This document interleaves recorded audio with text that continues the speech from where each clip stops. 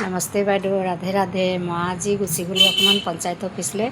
কাম আছিলে যে মই বহুত দিন পৰা যাব নোৱাৰিছিলোঁ। ভাবি আছিলোঁ হৈ যাব বুলিকৈ, কিন্তু গোটেইখিনি আগবাঢ়ি গুচি গ'ল কাম চবৰে। মোৰতো কাম পিছ হৈ গ'ল কাৰণে মই আজি নিজে ওলালোঁ যে গৈ খবৰ কৰোঁগৈ তাত মানে কি হৈছে নাই হোৱা। তেতিয়া মই গ'লোঁ, তো আজি মই অকণমান কথা শিকিবলৈ পালোঁ আৰু নিজে কৰি থৈ আহিলোঁ। জব কাৰ্ডৰ কামটো কৰি থৈ আহিলোঁ, মানুহটোৰ কাৰণে বৃদ্ধ পেঞ্চন পাতি থৈ আহিলোঁ। এতিয়া খানা বনোৱাটো আজি মোৰ দেৰি হৈ গ'ল কাৰণে মানুহটো ভাত বনাই থৈ দিলে। তেওঁতো কেতিয়াও নবনায়, আজি ভাতটো বনাই থৈ দিলে। বাকী চব্জি ৰাতিপুৱাৰ আছিলে।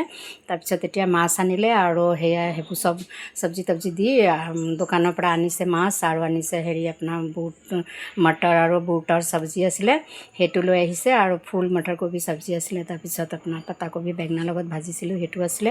আৰু মই অকণমান আচাৰ লৈছোঁ, সেইটোৱে আজি মিলাই মেলি খাইছোঁ। আজি মোৰ খানাটো সেইটোৱে। আৰু মোক ভাল লাগিলে পঞ্চায়ত অফিচ গৈ যে মই বহুতখিনি শিকিবলৈ পালোঁ আৰু মই ক'বলৈ পালোঁ। অকণমান হিতেন গোস্বামীও আহিছিলে, তেওঁ ছাৰজন, তেওঁকো লগ পালোঁ। তাৰপিছত ক'ত কি হ'ল সেইটোও ফুৰিলোঁ। তেতিয়া মোক কোনো জনোৱা নাই সেইবোৰ কথা, মই নিজে গৈ পাইছোঁ। তেতিয়া মই ভাবিছোঁ যে মোৰ আজি শ্ৰীকৃষ্ণয়ে মাতি লৈছে আৰু আজি যোৱাৰ কাৰণে মই নিজকে নিজেই ভাবিছোঁ এইটো হয় সত্য কথা। যদি মোক কোনো নক'লে মই নিজে আগবাঢ়ি গৈছোঁ, সেইটো ভগৱানৰ মৰ্জি ন। তাৰপিছত চাওঁচোন মোৰ কামখিনি হৈছে নে নাই। নহ'লেওতো মোৰ যদিও কাম নহয়, মোৰ মনটো আজি শান্তি লাগিছে ন, মই নিজে গৈ পালোঁ সেই ঠাইততো। এতিয়া কি কৰিব পাৰিম, কাক সুধিব লাগে, কি কৰিব লাগে, সেইবোৰতো মই জানিলোঁ। কমচে কম ঘৰত সোমাইতো মই জনা নাছিলোঁ।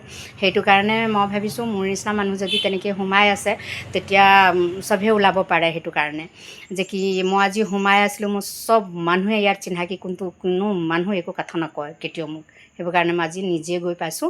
মোৰ কথাটো কেনেকুৱা লাগিলে আপোনালোক লাইক কৰিব, ছাবস্ক্ৰাইব কৰিব। মই আপোনালোকৰ আশা ৰাখিছোঁ যে মোক মানে লাইক ছাবস্ক্ৰাইব কৰিবই। ঠিক আছে, মই ৰাখিছোঁ। ধন্যবাদ।